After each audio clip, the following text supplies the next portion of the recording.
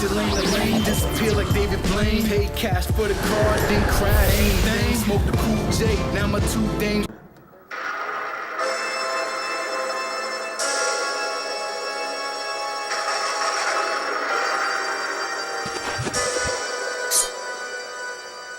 I am the Jim Reaper. And I'm Brother Henny. And you're watching Beers and Beards. And we're about to break down the NFL games for you this week. On Thursday night, the Miami Dolphins won an overtime contest against the Bengals that, for the record, neither of us picked, but neither did you. Sunday, we'll start with a couple of dead men walking. The Tampa Bay Buccaneers traveling to Seattle. Who you got? Seattle gonna take down Tampa Bay the same way we're gonna take down the man. I'm going Seattle. I'll put the kids to bed. Next, we have the only undefeated team in football, the Kansas City Chiefs, traveling to Buffalo. Who you got? Jimmy, I'm going with Kansas City on the road. I know they're going to be feeling groovy that day. And I know Buffalo ain't going to bring enough. Jimmy, who you got? I have no flesh and bones, but I have a brain. I'll take the Kansas City Chiefs. They remain undefeated. Minnesota, the Vikings, travel to the land of despair, home of the Dallas Cowboys. Now, you already know, you ain't got to ask about this one. This one is definitely for the Dallas Cowboys to take at home. I don't care who Minnesota got, but Jimmy, who you got? I think Dallas proved last week that even when they should win, they can't. So this time, I am going, you know what? I can't take the Vikings. I believe Ponder's out there at quarterback. I'll take the Dallas Cowboys, but I will not be as shocked as you if that one turns against me. The Jeff Fisher Bowl, Tennessee, comes to St. Louis. Who you got? I wish I had one of those $9 tickets, because that game's going to be a slow one. Now, I think Tennessee's taking this one. I'm favoring the road team. I know it's risky, but I'm going with the Titans. Jimmy, who you got? I'm a humbled Seattle Seahawks fan. We got the W, but we got beat up along the way. I'm taking the St. Louis Rams, based primarily on what I saw from them at the defensive end position on Monday night. If they can pressure Tennessee like they pressured Seattle, I think that St. Louis gets the victory.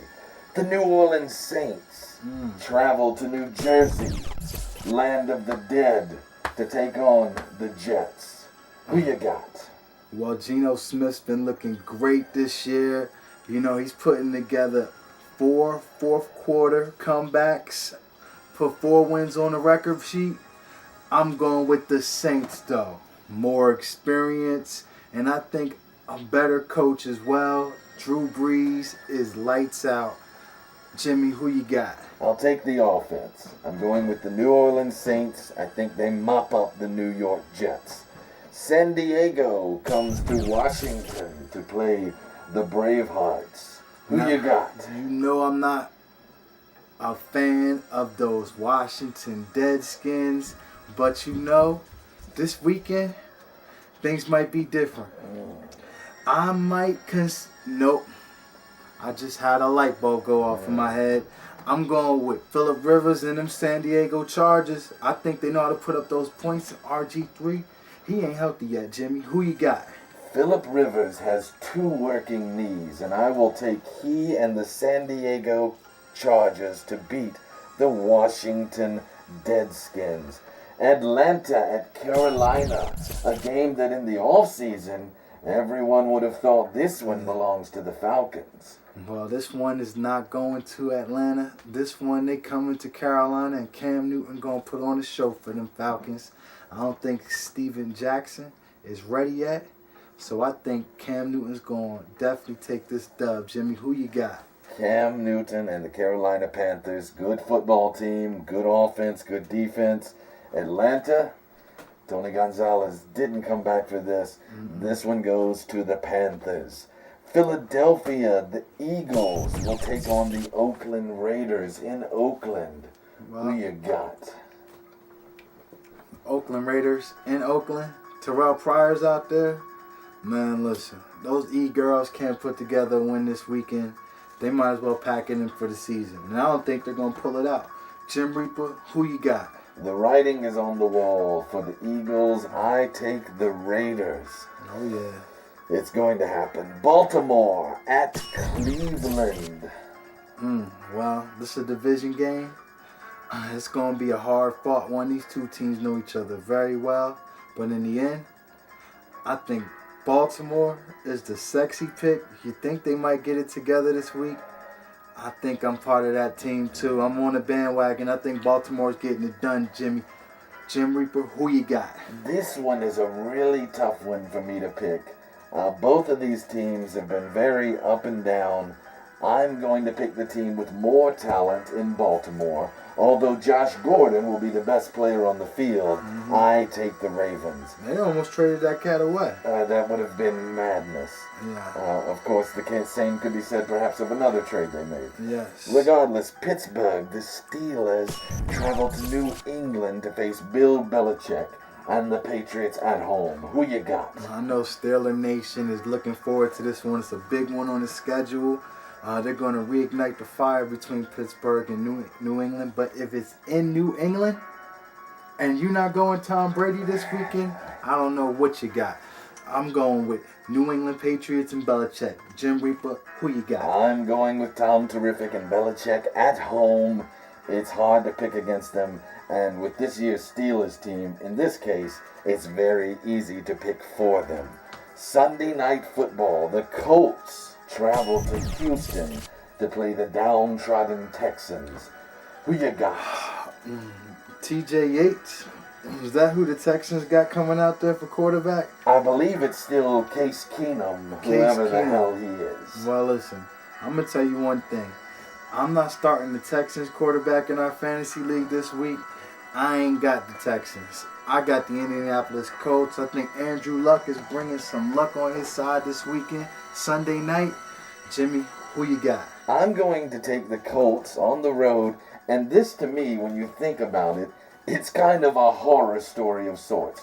The hapless Texans, for years, even though some felt they had a good team, they couldn't get past Peyton Manning and the Indianapolis Colts. And lo and behold, Peyton gets hurt. Then he winds up leaving town, and for 2 years, they get to take the division, and they do nothing with it. And now look at the Colts and their shiny new quarterback. Again. Andrew Luck. I think Houston is second fiddle in their division again. I take the Colts. Monday Night Football. One of the oldest and coldest matchups in the NFL. Yep. The Chicago Bears taking on the Green Bay Packers. Who you got? Might I add, the game will be played in Green Bay, Wisconsin. Now, Jim Reaper, you know I'm going with Aaron Rodgers, and any idiot knows Aaron Rodgers is putting on a show Monday night. I don't know who Chicago's got coming out. Josh McCown. This isn't a winnable game for you, McCown. This Monday night game is going to be all Green Bay. Jim Reaper, who you got? Aaron Rodgers puts up big numbers in this one.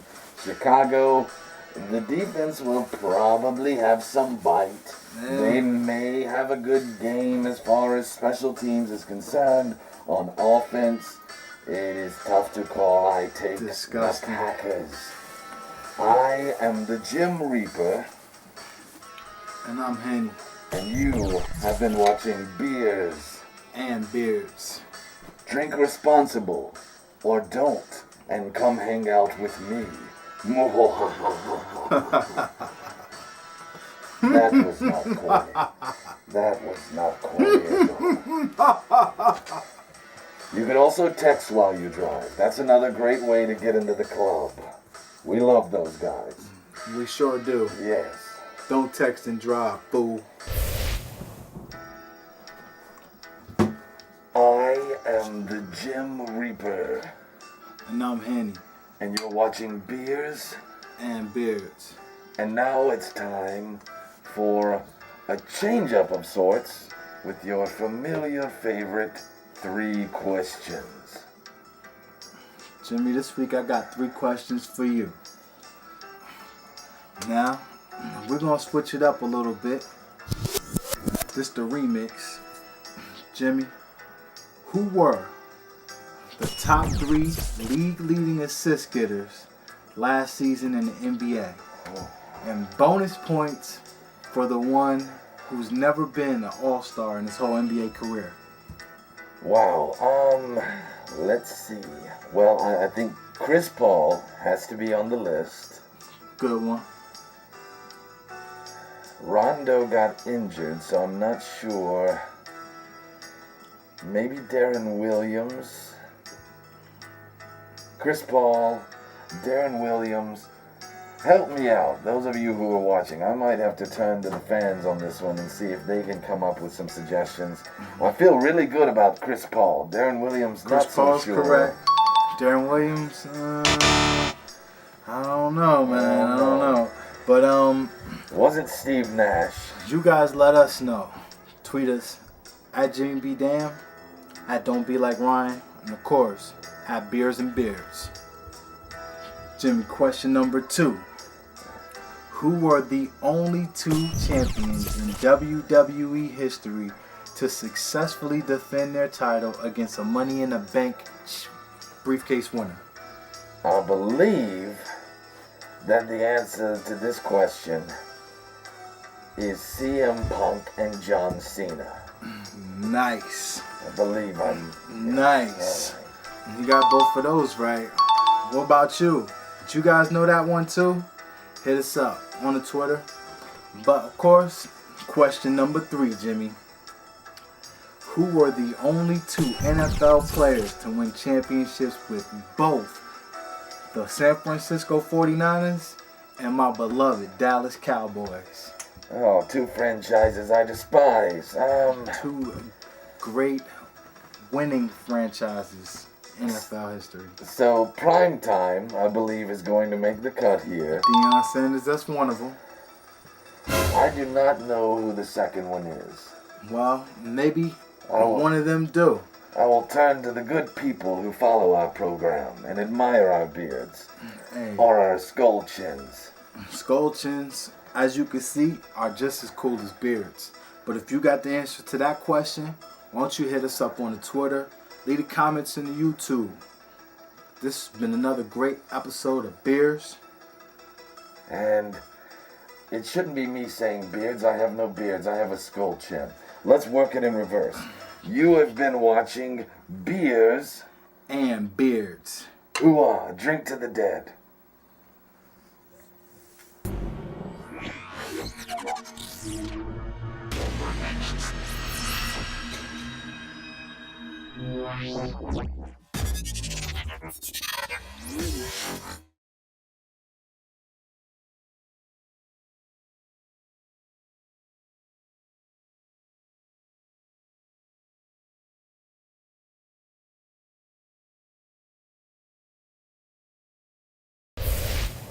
I am the Jim Reaper, And I'm Henny. and you're watching Beers, And Beards. and we are about to pick the Eastern and Western Conference for you as the NBA basketball season has recently tipped off. I'm so glad basketball is back. But you know I'm not going to be watching too much of it till after All-Star break. Friday night is basketball night. I watch on Fridays, and then once we get to the All-Star break, it's on. That's basketball. And then you got the third season, which is the playoffs. I, too, am glad the NBA has returned. That's my favorite time of year. But I got the 8 playoff teams in the West. Not in any order, but just the order I think is awesome. I'm going with number 8, Dirk Nowitzki, those Dallas Mavericks. But number 7, I know a lot of people are going to hate on this pick, but I'm going with my Lakers, and you know I got to put them above the Mavericks. Then, of course, I think James Harden, Dwight Howard is going to improve Houston, but I haven't overshot it like most experts. I'm going with the Rockets at 6. And, of course, I really didn't want to put Golden State Warriors right here at 5. But since I'm pretty sure the number 2 is going to win that division, I think they're going to wind up with the 4 or 5 seed. I got the Golden State Warriors at number 5, which brings us to the height and the heat on this Western Conference side. We got the Memphis Grizzlies because, of course, they got big men and guards. I think they're going to put it up this time now. But we're going to also see how Oklahoma City goes a full season without James Harden. I think Durant and Westbrook are going to go for buckets all season long. So I got them at number 3. Already told you about my number 2 with Chris Paul leading the charge. Blake Griffin, DeAndre Jordan. Hopefully none of those guys get traded if that team stays intact. With Doc Rivers there, I think they got a chance to pull something special off. I got them at number 2. But, you know, when the playoffs come, all bets are off. And then, of course, at number 1, you got to go and respect those San Antonio Spurs. Respect Popovich. Coach Pop got those guys ready. Kawhi Leonard is looking very good early on in the season and throughout the preseason. I think the Spurs are still going to be the force to be reckoned with in the Western Conference. As far as the East, I'm coming to you with the East. And let's be honest when we talk about the Eastern Conference. Numbers 5 through 8, well, it's any man's guess, living or dead. 1 through 4 I'm feeling good about. But let's go to the Twilight Zone where anything can happen. At number 8, I have the Washington Wizards. They kind of stood pat in the offseason. Wall is developing, though. Maybe they get to the playoffs this year. If they do absolutely nothing. no, I get it. At 7, I have the Boston Celtics. Still? Basically number 7, you could erase the Boston Celtics here, and you could put, I really, really like Rondo. Because that's what this all comes down to. 6, a team that will score and score and score and lose meaningful games along the way. The New York Knicks, who I do not love. Some people would probably put them much higher. If you didn't put them on the list, I understand. The Atlanta Hawks. I don't even know why. That seems hopeful at best, but it's the Eastern Conference. Anything can happen. Someone will rise to mediocrity. So let's be honest. Of these 4 teams, maybe 2 of them have winning records, maybe not. Number 4, the Pacers, a team I actually believe in. Granger comes back. I think that they're a dangerous unit. Number 3, a squad that I think may be my best chance of seeing the Heat derail in the East. The Brooklyn Nets, with a bunch of old guys who used to be Celtics footing the bill. Number 2, Derrick Rose is back. Chicago hates Miami. Plays them well in the regular season, but not in the playoffs, and yet they are not the Miami Heat, so I like them in the East. Number 1, a team I despise, a team that may very well win another championship, and a team led by a man who is easily not on par with Michael Jordan, not on par with Kobe Bryant, and not on par with a great many other superstars, though he does make the list. LeBron James, I don't like him. They're the best team in the East. Yeah, they sure are. And I like your list. I think Miami is getting ready to get upset at some point in this season because with Granger coming back in Indy, Derrick Rose coming back in Chicago, it's not going to be as easy as it was last season, and it was hard for them last season. It was. We can hope. LeBron James is damn good. Do not like him. Yes, I still hold the decision against him. Of course I do. Yeah. Classless move. That's my picks for the East. It's a crapshoot at the bottom. I feel fairly good at the top. I probably did put the Nets a little high, but I think I may have had reason for doing so. I expect big things. I do too. I am the Jim Reaper. And I'm Henny. And you're watching Beers and Beards. This week, the Beard of the Week is the Boston Red Sox. With a big World Series win this past week.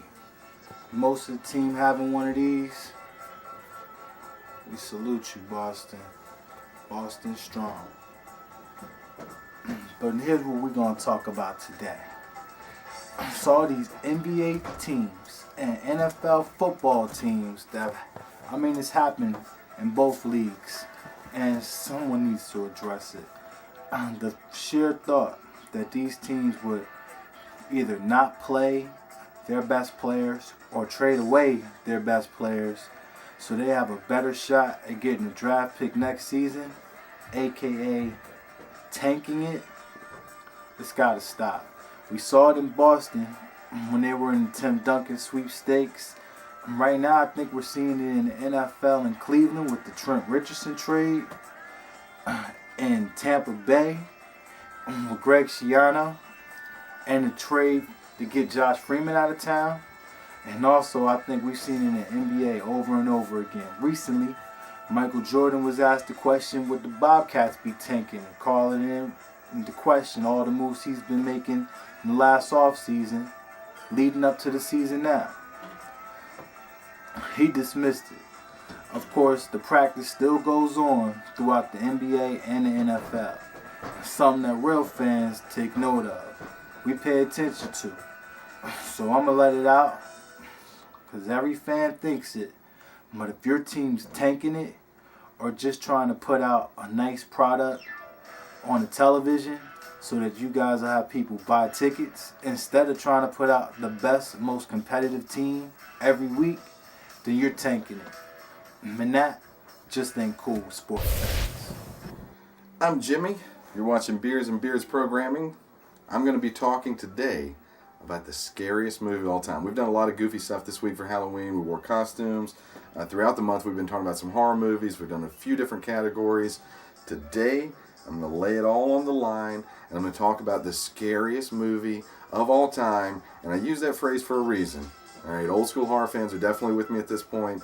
There is one movie that is frequently called the scariest movie of all time. It still holds true today.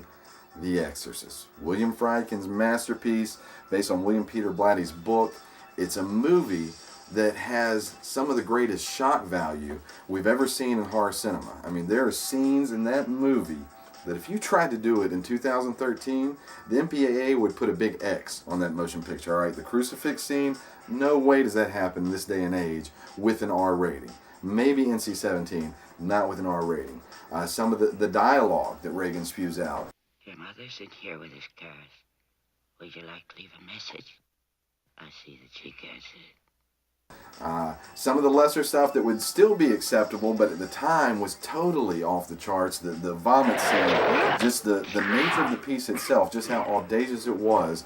The Exorcist was and still is the scariest movie of all time. And I always think it's important to point out when you talk about The Exorcist that in addition to the wonderful horror elements that make it such a classic, it's a movie that would probably be interesting if it were told without those things, because we've got a good director, we've got a wonderful cast. Ellen Burstyn in the lead, that's one of the top performances of all time. Some people think maybe she bettered it in Requiem for a Dream a few years back.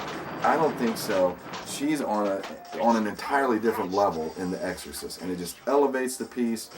Everything about that movie, the score, the effects, everything just really, really works. And then you add in this fantastic shock value, these really scary, gripping sequences that I think still hold up today. And you've got a movie that has to be the scariest movie of all time. And I'm going to close this out by saying something that's very true. I got a lot of movies. I dig watching my movies. I love scary movies. I've probably watched The Exorcist 3 to 5 times in this life. I love it, but it's a hard piece to view. I can't tell you how many times I've been scoping out the movies, like, I want to watch a scary movie, what do I watch? And I grab The Exorcist, and I'm like, yeah, let's do it, let's watch The Exorcist. And I get to my TV and my DVD player, and it's like, do I really want to go there for the next 2 hours? Like, am I ready for that tonight? And I want to put it aside frequently. It is that badass. It's The Exorcist. It's the scariest movie of all time. You've seen it, I pray. But if not, check it out. For the rest of our lives! 30 minutes for the rest of our lives! That's our bad first half. It happened. We get the ball. I promise you one thing. We're going to hit somebody. We're taking downfield for a touchdown. I guarantee you that. Look at me! Let's go! We got 30 minutes! Let's go for the rest of our lives!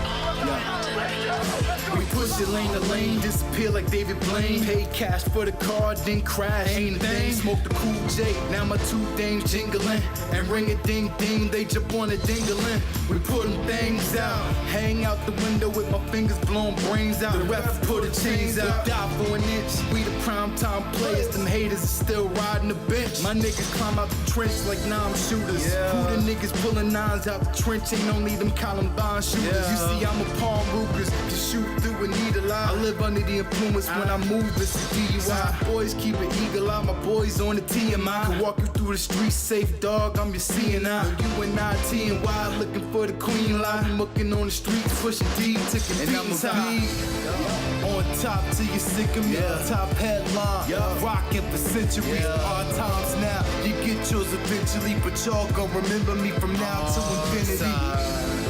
On top till you sick of me. Top headline, rocking for centuries. All times now, you get yours eventually, but y'all gon' remember me from now to infinity.